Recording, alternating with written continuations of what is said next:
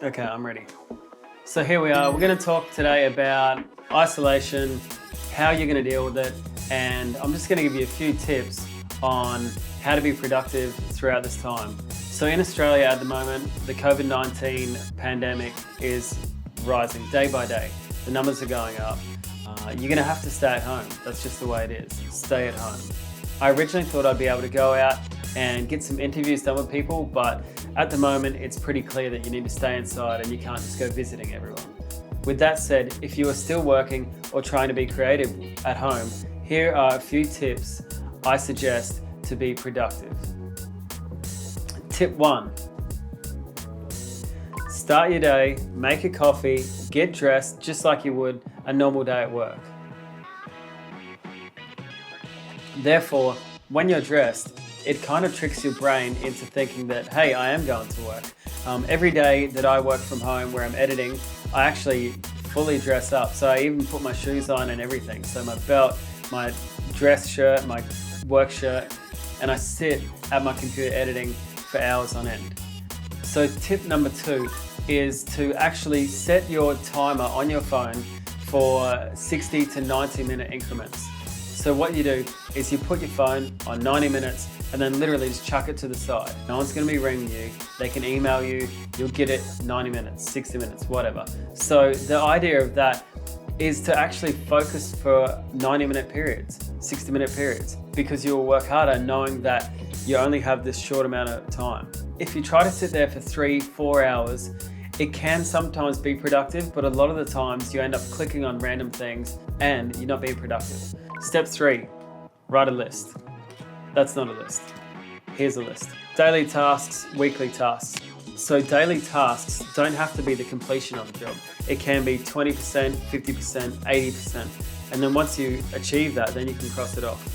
Weekly tasks, it's best to check with your client or whoever you're working with just to see what is needed. Sometimes you might not understand that the deadline could be Friday, but they actually want the content by Tuesday to be approved and then signed off.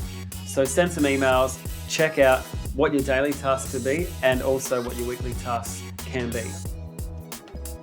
Lists done.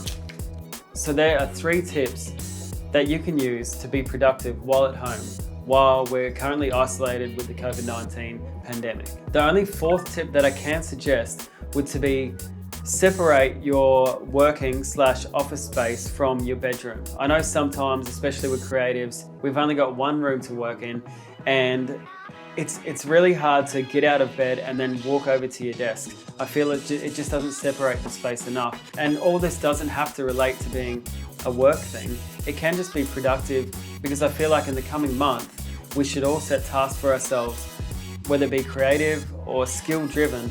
We can push ourselves to become a better version of ourselves. Tip 1, coffee plus getting dressed and you can start your day. Tip number 2, set that timer. At least that way you'll have something to kind of aim for within those daily increments. Tip number 3, write lists, daily and weekly goals on them. Tick them off as you complete them and you'll feel more productive already. And then tip number 4, if you can, just move your computer, move your laptop out of that room. I know it's hard in some cases. You might have to move it to a living room and there might be people around. You can throw on some headphones, whatever you need to do. Just get out of that comfort zone, which is your bedroom. So I hope those tips have helped. This is my 5th year being a creative, freelance, full-time, and I've learned a lot of things along the way. Those few tips will definitely help you improve your productivity while editing or working from home. Thanks. So another thing that I wanted to show you guys was this week I purchased a little RGB LED strip to put behind that monitor at the back. So it just has, a few random colors. It was only $30 from Bunnings. And I know you can get the Philips Hue and things like that. They are fairly expensive. So I just tried to get this up and running just to see how good a little system like this was. It's really cool just to set up my office. It's got a cool little vibe, a lot of lights around. Now I can change the color. Bam. So it just creates a different feel within the office. I think I kind of just like the warm tone anyway, but at least I have the option to change it. The second thing I wanted to show you was that I got this Godox SL60W light, and that's the one I'm currently running here as my main light. And then I've got a little roto light at the back here, just to have a bit of something on here, so then I've got that separation. I've also stolen this cool moonlight thing from Kara.